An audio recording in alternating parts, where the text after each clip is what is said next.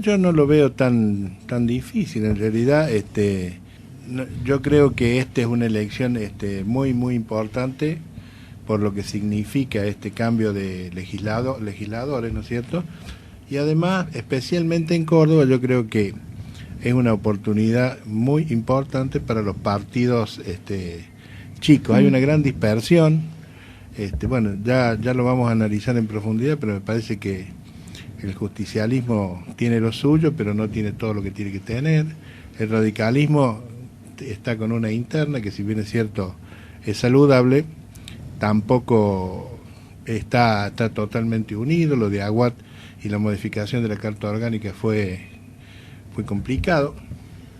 Y bueno, y lo de juez, que están poniendo la carita de juez ahora para levantar el partido, porque si no se cae a pedazos, lo cual deja hacia abajo una gran posibilidad para los partidos chicos, llamémosle, que puedan meter un diputado nacional, ¿no?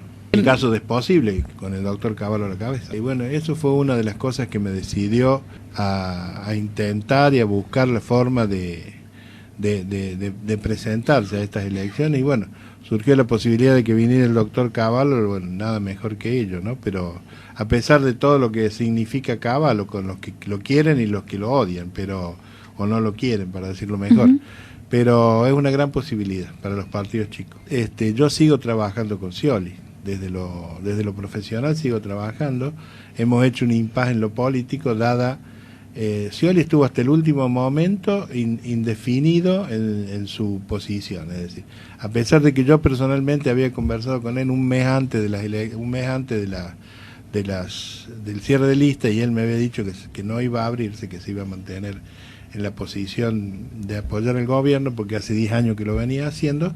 Bueno, él finalmente tomó la decisión de seguir en el espacio kirchnerista, y diciendo de que lo hace con diferencia, o sea, disintiendo con algunas cosas. Eso hizo que nos dejara a todos los que estábamos a su lado y en los distintos lugares, nos dejara colgado del pincel, vamos a ser realistas. O sea, nos dejó medio desprotegidos, porque bueno, hay posiciones que en los diferentes distritos, en las diferentes provincias, no acercan al kirchnerismo, ¿no es cierto? Y bueno, y menos acá en Córdoba. Entonces, de todas maneras, él nos dejó en libertad. De hecho, su hermano está en el espacio de Narváez, que no es precisamente kirchnerista, ¿no es cierto? Entonces, en esta elección nos dejó libre como para que pudiese cada uno ubicarse. Obviamente que yo,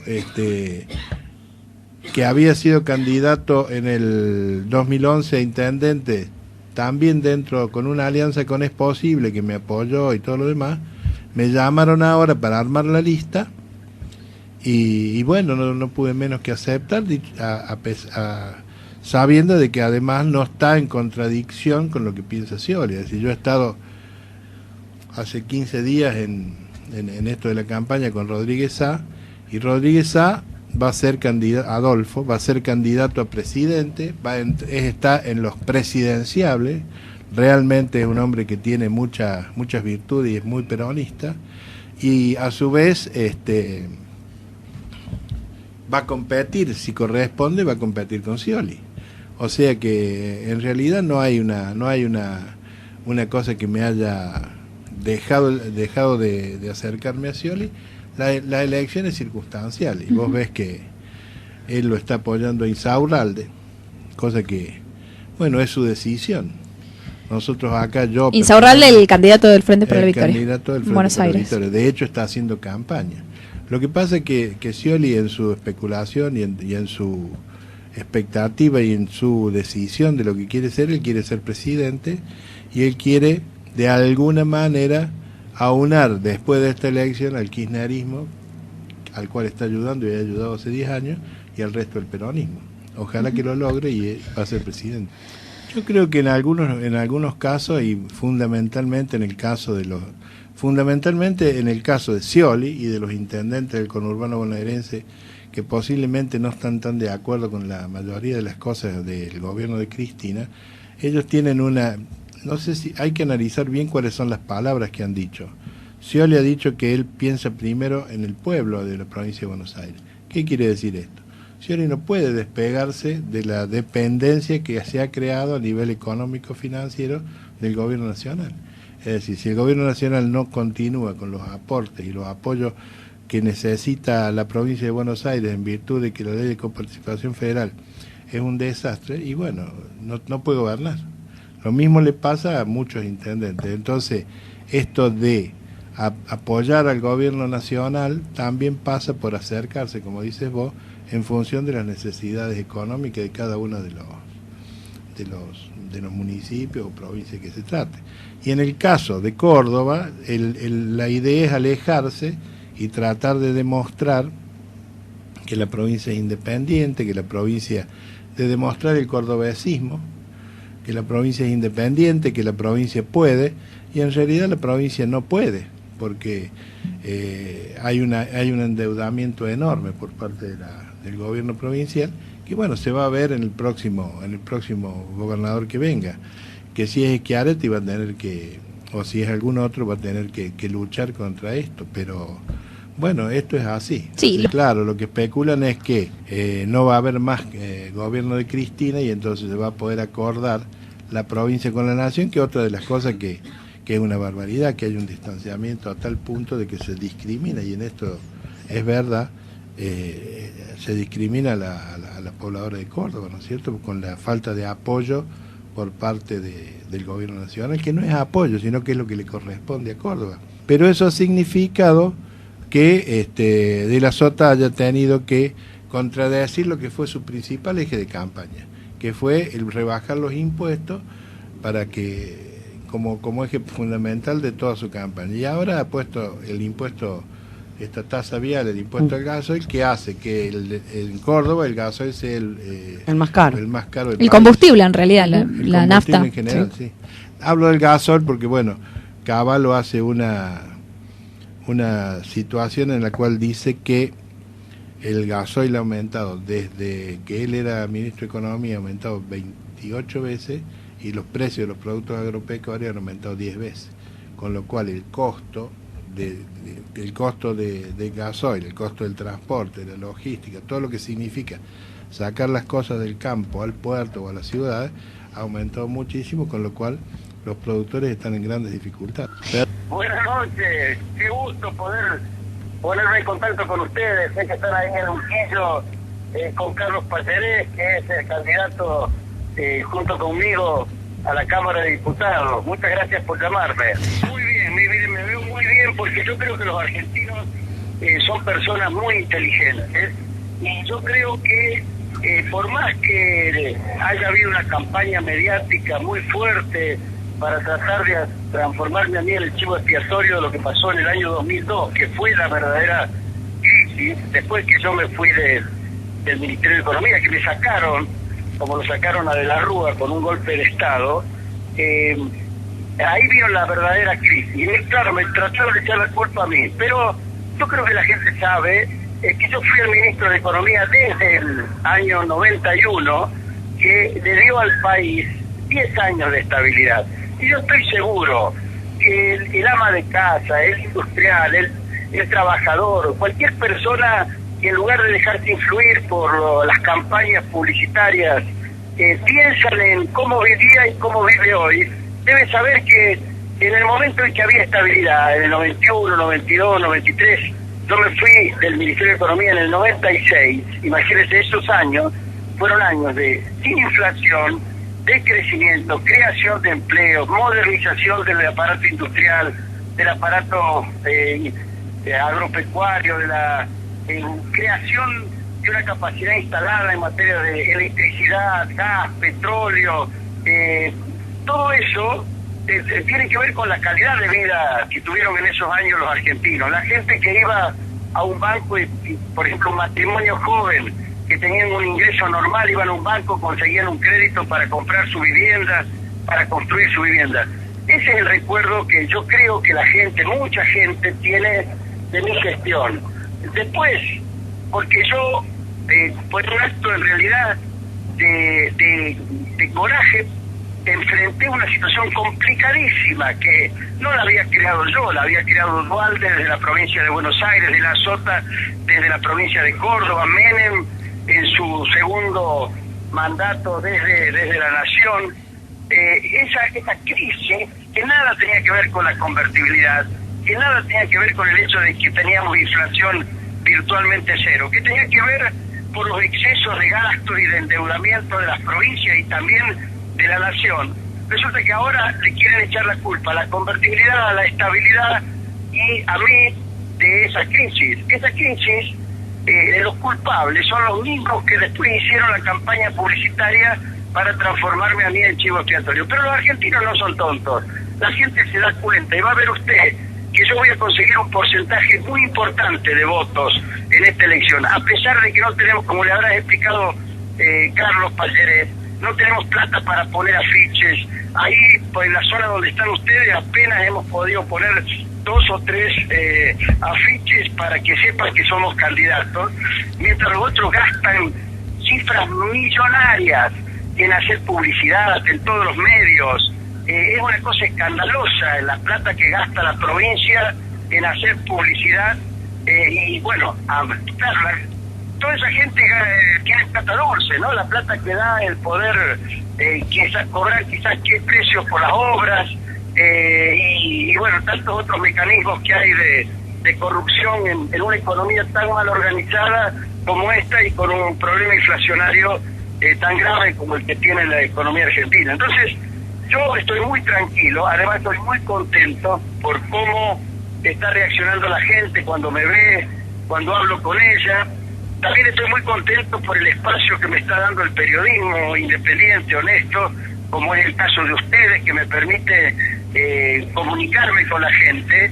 Hoy he estado, fíjese, en Las Varillas, después en El Tío, después en La Francia, después fui a Freire, fui a Mortero, ahora estoy en San Francisco. En todos los lugares me han dado la posibilidad de contactarme con la gente a través de los medios. Y bueno, yo siento que estoy haciendo llegar mi mensaje y siento que el mensaje está llegando y que hay una respuesta muy positiva de la gente. Por lo tanto, estoy muy contento, muy tranquilo y creo que vamos a hacer una gran elección. Yo no veo casi ninguna distancia entre el gobierno nacional y el gobierno provincial. Y le voy a dar algunos ejemplos. El gobierno nacional es el campeón de los altos impuestos. Por ejemplo, no había impuesto al gasoil cuando yo era ministro, han puesto un impuesto al gasoil enorme. Pero uno podría decir, seguramente De la Sota no va a poner un impuesto al gasoil. De la Sota lo puso, igual que el gobierno nacional. El gobierno nacional gasta enormes cantidades de dinero en publicidad que sería absolutamente innecesaria. Uno podría decir, bueno, De la Sota y el gobierno provincial tienen una política distinta, más austera. No, el gobierno provincial gasta lo mismo que gasta el gobierno nacional. En los costos de las obras públicas tienen sobreprecios a nivel nacional. También me han dicho, yo no lo puedo constatar, pero que algo parecido pasa en la provincia de Córdoba. Entonces, eso de la gran distancia, y además le digo una cosa, el cordobesismo que predica De la Sota y que dice que la nación no le paga el 15% de la coparticipación que obviamente le correspondería a la provincia, que no debería ser retenido. Bueno, ese reclamo está bien, pero ¿cómo votaron los diputados de la Sota, de Schiaretti, cuando el gobierno nacional se apropió de la plata de los trabajadores que estaban en sus cuentas individuales para la futura jubilación? Votaron por el gobierno kirchnerista. Y a pesar de que en ese momento diputados y senadores inteligentes dijeron, bueno, como ahora ya no hay motivo para que las provincias aporten el 15%, porque ya no se le está devolviendo la plata a los trabajadores por sus aportes personales, sino que se la está apropiando el gobierno nacional, en ese momento volvieron a votar con el gobierno nacional. Entonces, ahora sí, ahora reclaman en la Corte Suprema, nosotros lo vamos a apoyar en ese reclamo porque es un reclamo legítimo, pero usted me decía que son polos opuestos. Yo no veo que haya tanta diferencia. El gobierno de la Sota estuvo aliado al kirchnerismo, formaron parte de las mismas fórmulas, etcétera, hasta la última elección. Y en la última elección De la Sota retiró sus candidatos a diputados y dejó que entraran 5 diputados kirchneristas al Congreso de la Nación. nosotros acompañamos a De la Sota desde Acción por la República en las elecciones locales, provinciales, pero nunca estuvimos juntos en las elecciones nacionales. ¿Y sabe por qué? Porque De la Sota estaba con el kirchnerismo, mientras que nosotros estábamos con Rodríguez Sá en el 2007 y de nuevo en el 2011. Por eso ahora me dicen, ¿cómo usted ahora está con Rodríguez Sá? Claro que sí, estuvimos siempre aliados con Rodríguez Sá, porque yo considero que el gobierno de San Luis ha sido un gobierno ejemplar en comparación con los gobiernos de Córdoba. Y por eso yo no solo critico al gobierno nacional, sino que critico también al gobierno provincial. Y por eso decidí no seguir lo que el apoderado de mi partido decidió hacer, que es estar aliado con Unión por Córdoba. Sino que yo le pedí a Rodríguez Sá que me permitiera ser candidato con su partido, y bueno, gracias a eso Carlos Pallarés y yo y también Silvia Ahumada Sala y mucha gente buena está en esta lista con la que esperamos obtener una buena cantidad de votos, ¿no? Ojalá. Por ejemplo, cualquier cordobés que conozca quién es quién en Córdoba, ve la lista del justicialismo. Está Schiaretti, que es una persona respetada, ha sido gobernador y es un buen funcionario. Está Blanquita Rossi, que es una persona querida, pero después está Caserio. Entonces, yo no voy a decir nada de Caserio, pero yo le digo a la gente, si me votan a mí en lugar de votar a esa lista, van a estar probablemente ayudando a que esté yo en lugar de Caserio en la Cámara de Diputados. Bueno, juzguen ustedes, ¿quién va a poder hacer más por los cordobeses, por el país y por Córdoba, Caserio o yo? Bueno, ese es el dilema. Un gran saludo a mi amigo Carlos Pallarés y por supuesto a toda la gente de Unquillo, de esa población tan linda y querida. Quiero en este caso, que me resultó muy interesante, porque nos juntamos hace como 15 días, fue a hacer campaña a Río Cuarto Caballo con Rodríguez Sá. Y bueno, en esos cafés que se toman en el medio de vamos a un lugar a otro, tuvimos oportunidad de hablar in extenso con Adolfo Rodríguez Sá, que no olviden que fue presidente por una semana de nuestro país, posterior a la caída de Caballo, de la Rúa, etc. Y Caballo dice lo que dice, y yo lo voy a decir, lo voy a traducir, por lo siguiente, y lo dijo en esa mesa de café Rodríguez Sá. Rodríguez Sá no siguió siendo presidente porque no quiso firmar el decreto de la especificación asimétrica que después firmó Duhalde, que convertía a la gente que debía millones de dólares, vamos a ser claros, el grupo Clarín debía 3.000 millones de dólares y pasó a deber 1.000 millones de pesos con la evaluación.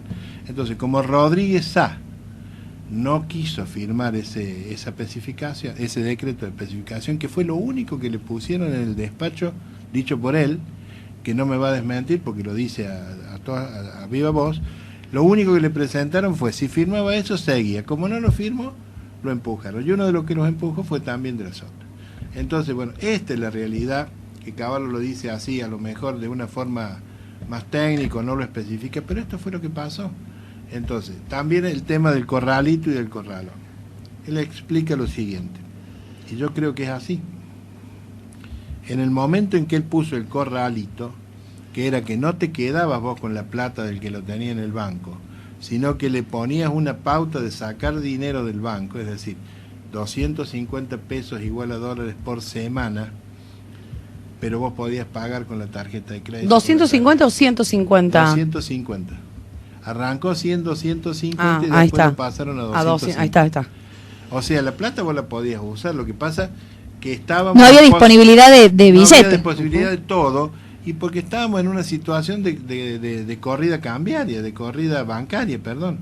Entonces, si vos no ponías eso, se producía una hecatombe peor. Yo creo que en ese caso del corralito, la equivocación, que yo lo considero que fue así, es que no tuvo en cuenta que el 50% de nuestro país está en la economía informal. Entonces, no había un peso para dar de propina, no había un peso para el canillita. ¿Cómo comprabas el diario? No lo podías bancarizar la compra del diario. No podías pagar... En épocas en que no había la bancarización que hay hoy, ¿no?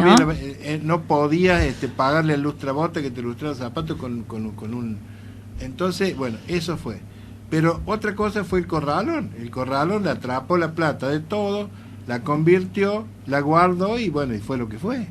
Pero Cavallo es responsable del corralito, que tiene su razón teórica y técnica.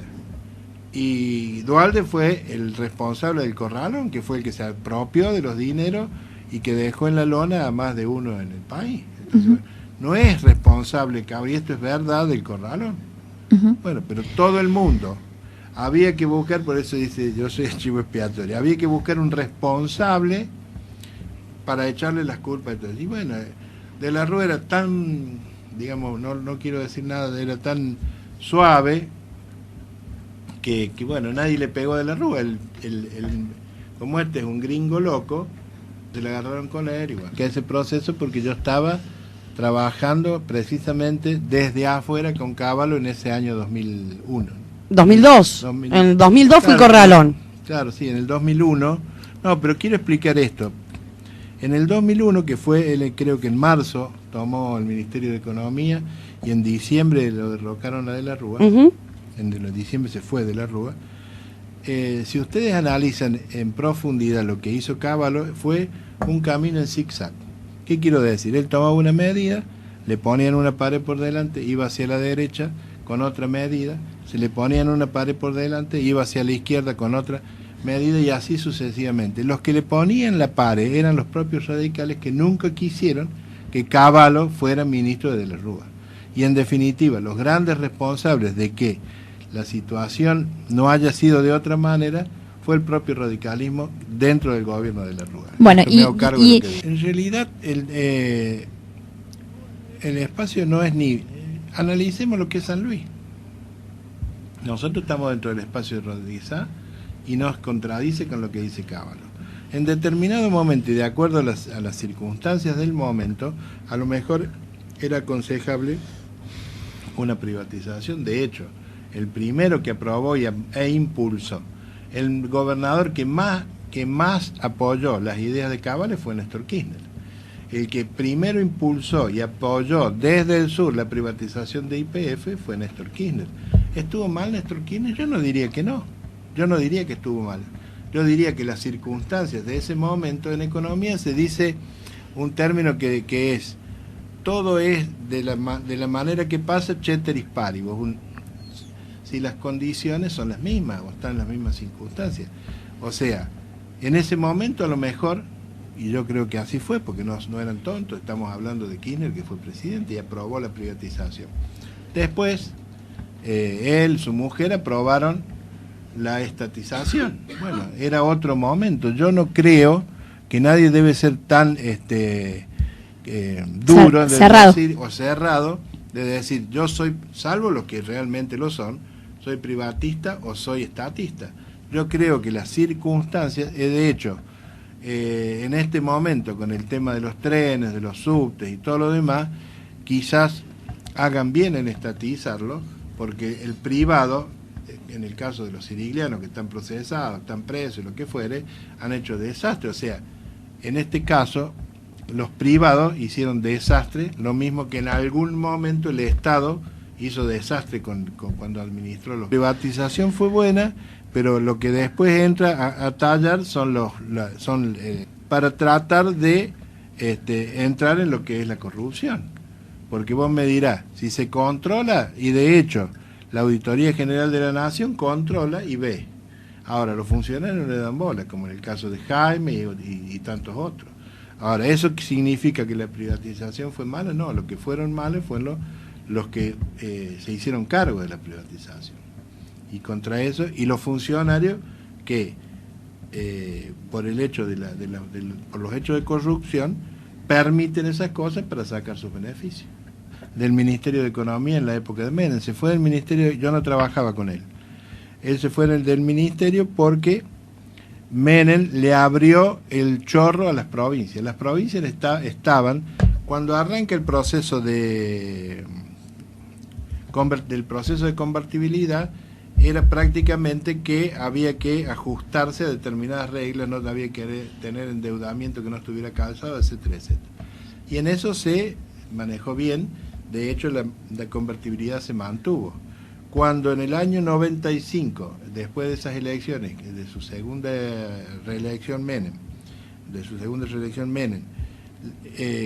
quiere quedar bien con las provincias y quiere quedar bien con los gremios, entonces le abre el grifo a las obras sociales, vean lo que ha pasado con las obras sociales, están absolutamente, y le abre el grifo a las provincias que estaban todas en caja. Ahora, la deuda de la provincia de Buenos Aires, la deuda de la provincia de Córdoba y la deuda de todas las provincias, no tiene deuda la provincia de San Luis, lo destaco porque la mosca blanca, bueno, y por eso se fue, porque era una cuestión de que para mantener la convertibilidad había que seguir ciertas reglas, no se siguieron, entonces se iba al diablo todo, como se terminó yendo en el 2001. No me parece inoportuno que por ahí nos desviemos, no sé si nos estamos desviando del tema, pero me parece que sí es relevante contextualizar por esto que decía al principio, que cuando uno dice Domingo Cavallo se asocia con determinados hechos de la historia. Yo no digo que no se ha equivocado, yo creo, les acabo de decir que creo que en el momento del corralito él técnicamente tomó una medida que no podía tomar otra, pero dejó de lado toda la economía informal, que fue la que prácticamente sufrió y es la que hoy lo está criticando, y es la que hoy, perdón, me alejo del micrófono, y es la que hoy lo está criticando enormemente, quizás con razón por ese error. Si te imaginas en la banca de diputados representando a la provincia de Córdoba, con el espacio político que venís describiendo no solamente en este programa, sino desde hace bastante tiempo, ¿qué cosas tenés en mente? Porque entiendo que los candidatos a un puesto político también van procesando durante ese momento que harían, ¿no? Tal cual, y en realidad hay que analizar bien qué es lo que significa ser diputado nacional. Significa representar a los ciudadanos en este caso de la provincia de Córdoba. Y para proyectar o hacer proyectos que se presenten en la Cámara hay que tener en cuenta, yo lo que pienso hay que tener en cuenta cuáles son las necesidades de los cordobeses y de Córdoba. Y una de las cosas que a mí me parece fundamentales es presentar proyectos que modifiquen la coparticipación federal. No puede ser que el Estado Nacional sea el gran repartidor de dinero cuando en realidad son dineros que le corresponden a las provincias. Entonces eso es una cosa que es fundamental y que yo creo que hay que presentar proyectos en ese sentido. Ya lo ha dicho todo el mundo, pero es real, hay que presentar proyectos referidos a la modificación que en realidad se podría haber hecho de otra manera con respecto al impuesto a las ganancias. El impuesto a las ganancias que hoy está gravando fundamentalmente a los trabajadores que ganan más de X pesos, realmente es un impuesto que no corresponde, porque el trabajo no es una ganancia, es una retribución por tu esfuerzo que pones en ese trabajo. Entonces, no se puede gravar, pero para ello hay que modificar los pisos, hay que modificar las escalas, de modo que realmente paguen o los que tengan ingresos sumamente altos, que fue lo que se planteó en el año en los años de la convertibilidad, que en ese momento no había indexación de los pisos porque no había inflación. Cuando salimos de la convertibilidad debió haber una modificación simplemente de que no había indexación y que automáticamente y por ley se indexaran los mínimos del mínimo no imponible, los pisos del mínimo no imponible y de las escalas. ¿Pero qué hicieron? No hicieron nada y entonces siguieron aumentando los sueldos. Peor que peor, en un proceso inflacionario del 25%, entonces resulta de que un aumento del 25% a lo mejor significa para un trabajador el 10% porque el resto se lo queda el Estado. Realmente es una inequidad tremenda y hay que modificarla. Y para colmo de males, en lugar de modificar la ley de administración financiera, que es la que regulaba eso, el Congreso cedió la potestad, cosa que no lo puede hacer, pero sí lo hizo, cedió la potestad para que se movieran esos pisos por decreto. Con lo cual, seguimos entregando todo lo que podemos al gobierno nacional, entonces estamos absolutamente atados, las personas, los gobiernos y todo lo que vos quieras. ¿Cómo ves la salud pública en la provincia de Córdoba? Yo creo que se ha hecho mucho en la salud pública de Córdoba, de hecho todo es perfectible, pero yo creo que se ha hecho mucho y si hubiera no estoy en desacuerdo con la salud pública en Córdoba. De hecho, vos vas al Hospital Córdoba, vas al Hospital San Roque, mismo acá en el Hospital de Unquillo, falta, yo creo que falta, y en eso hay que ser sincero, falta, porque bueno, los recursos no alcanzan. Pero ahí está lo que decía Cavallo. En vez de gastar páginas enteras que valen 1 millón, 2 millones de pesos en la voz del interior, ¿por qué no gastan 1 millón, 2 millones de pesos en dotar de más empleados o de más lo que corresponde a hospitales como el de Unquillo, que está bárbaro, que la gente atiende muy bien, que realmente lo he usado personalmente en algún caso de emergencia y te atienden bárbaro, pero bueno, no tienen insumos, no tienen personal, en fin. Pero no critico la salud pública de Córdoba. Además, en su momento, el que hoy es jefe de gabinete, Oscar González, del cual lo conozco, soy amigo, hizo una muy buena tarea en el Ministerio de Salud Pública. ¿La educación? Se puede pensar en la parte edilicia de la Sota hizo muchísimo, hizo 200 escuelas. ¿Qué más? Debe ser la única provincia. Si bien hubo problemas con las contrataciones, criticadas y qué sé yo, pero bueno, finalmente se hizo.